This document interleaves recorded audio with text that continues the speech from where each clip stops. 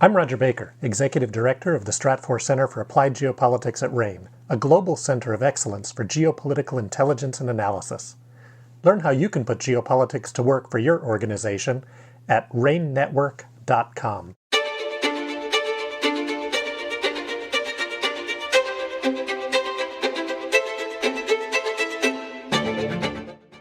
Hello and welcome to RANE's Essential Geopolitics podcast. From April 19th to June 1st, India underwent voting in its general elections spanning 28 states and 8 union territories. Results for the 543 seats in the lower house of India's parliament, which serves a 5-year term, were announced on June 4th, paving the way for Indian Prime Minister Narendra Modi and his Bharatiya Janata Party to serve a historic third consecutive term in office. However, for the first time, the BJP fell short of the majority needed to form a government and thus had to rely on their coalition partners within the National Democratic Alliance to remain in power. Here with me to discuss the implications of the elections is RANE's South Asia analyst, Misha Iqbal. Welcome to the podcast, Misha. Thanks for having me. Thanks for coming on. To start us off, can you provide some background on the elections and explain the significant factors that led to the BJP falling short of securing the required simple majority? Sure, yeah. So before we get into it, I just want to point out that the election results starkly contrast what earlier surveys and exit polls predicted, which consistently indicated that the BJP and its allies would secure a large majority.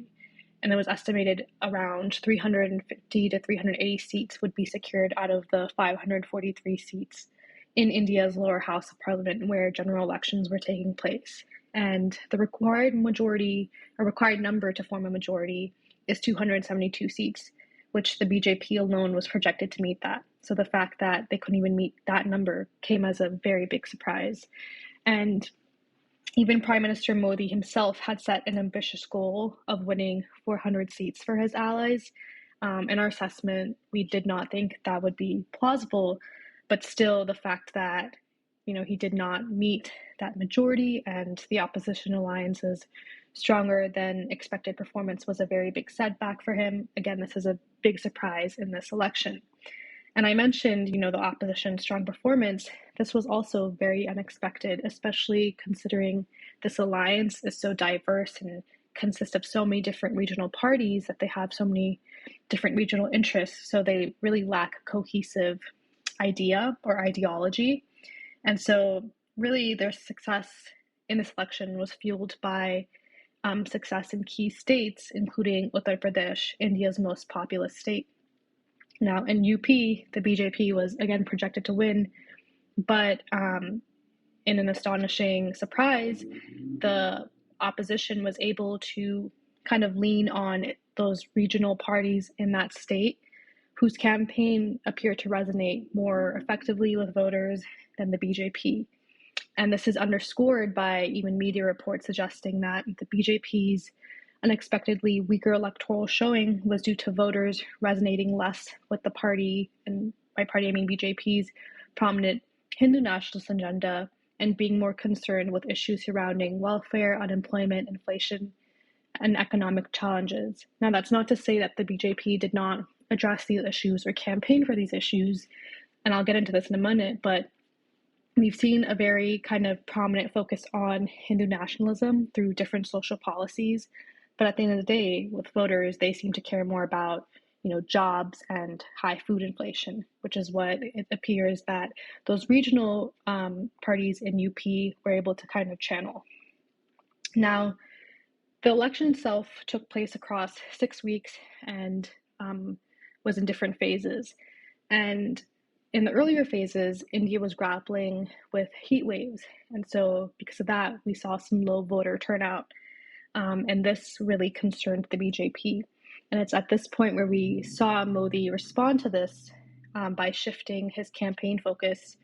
He initially emphasized economic progress and welfare and employment, but following kind of those first phases, he pivoted to making more divisive comments aimed at energizing his Hindu base and essentially inflaming some religious tensions. Now, this alone is not the deciding factor in why they did not perform well, but it certainly provides some insight and background as to what happened during the election and why the BJP performed the way they did. So given the BJP's reliance on the NDA for this election, what will the new government's policy priorities look like? And how might the process for implementing policy differ from pre-election status quo? Yeah, so, I mean, you mentioned it. They're quite reliant on the NDA. The BJP doesn't have the numbers alone to form a government, so they need to rely on the NDA for that. But also, even going forward, they'll need to rely on the NDA to pass legislation. The prior government, they had those numbers, so it was easy for them to pass that legislation. But this time around, they will need to work closely with their coalition partners, some notable ones including Janata Dal United, the TDP, and Shiv Sena. And so because of this, we'll likely see some broad policy continuity, which I'll get into in a second. In terms of economic policies, the alignment with NDA coalition partners with the BJP seems aligned basically on addressing major economic challenges like unemployment and food inflation. And so because of that, we'll see some stable policy direction. And you'll see continuity in economic policies, particularly around infrastructure development and efforts to enhance manufacturing. And this is a trend that we've been seeing leading up to the elections and something we'll see going forward. And, this is also evident in cabinet allocations that were recently announced. These underscore the BJP's commitment to policy continuity by retaining key ministers in their portfolios. So by retaining the foreign minister, the home minister, the finance minister, that kind of points to that policy continuity. Now, because it's a coalition government, and with a lot of coalition government, when you have different parties, you have different interests, different policy priorities, that often leads to intra-coalition splits and fragmentation, and that's certainly a risk that we'll see in this government.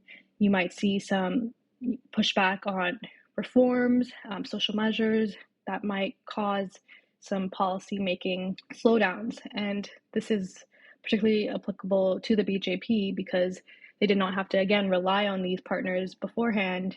And, during their campaigning and leading up to the election, they really advocated for some of these contentious reforms that, to them, they expected that they would be able to pass easily. But now, because they don't have those numbers, they will likely hold back on doing that. Sensitive economic reforms like land and labor reforms, privatization, efforts to streamline India's goods and service tax to key sectors like petroleum, alcohol, and real estate. These were things that they highly stressed, but again, because a lot of coalition members and even opposition members have pushed back against this, we might see delays in this implementation. And I mentioned, regional parties having their own priorities and how that could stall out legislation, and that could lead them to pushing for their own policy agendas.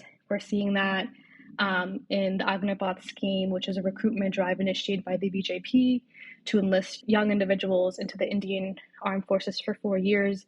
That has received pushback, and some allies have called for a review, advocating that, the reform should be addressed and issues like insufficient job security for these recruitments and economic challenges should be observed and addressed. And you might see, some allies pushing for more social reforms like a caste-based census, which the BJP has, avoided in the past. But, because, again, the BJP has to somewhat appease these allies, it might be more apparent in discussions. That's not to say that the BJP has, completely appeased every single one of these allies, but certainly being more flexible in discussing and reviewing, we might see these conversations come up a little bit more. And this is kind of leads me to my last point on the budget. And so, the budget is expected to be debated this month, and the BJP has, been trying to be more fiscally responsible and pushing for, decreased spending. But obviously, when you have all these regional allies and, their own interests and their priorities, they might be compelled to increase some populist spending, particularly in infrastructure, which obviously they have campaigned for, but more infrastructure in these regional party states. and just in general welfare for these regional parties. The BJP or the government does appear to have the budget for that, but again, it kind of contradicts their goal in being more fiscally responsible. We'll get more insight into what exactly spending will look like and what reforms and policies will look like when we get this budget. But that's just some of the challenges that the BJP will grapple in trying to accommodate its regional allies. What about the opposition parties? Given they did better than expected, how will this impact the ruling government? And does their performance at all in this election indicate an ideological shift that could have large ramifications in the future? Yeah, so on the question, I'll answer the later part. So, on the question of an ideological shift, it's interesting because the opposition, like I said, the India Alliance, is made up of so many different regional parties. They themselves don't have a common ideology. It was very surprising that they did so well in this election because leading up to this election, there was so much fragmentation. They could not really come up with a cohesive policy or strategy in forming a government or what a government would look like. And so going forward, I imagine that this political fragmentation and lack of a coherent agenda will continue to undermine the opposition's plans. They certainly, were able to band together for a common goal of kind of preventing the BJP from securing as many wins or more wins, but the lack of a common ideology will continue to constrain them. And then in terms of, certainly because of their numbers, they will have a greater presence in parliament and they can push back. But I don't think it would pertain to an ideological shift. Will the new government continue the policy from before, or do you see there being foreign policy shifts due to the elections? No, I would say it would be a policy of continuity.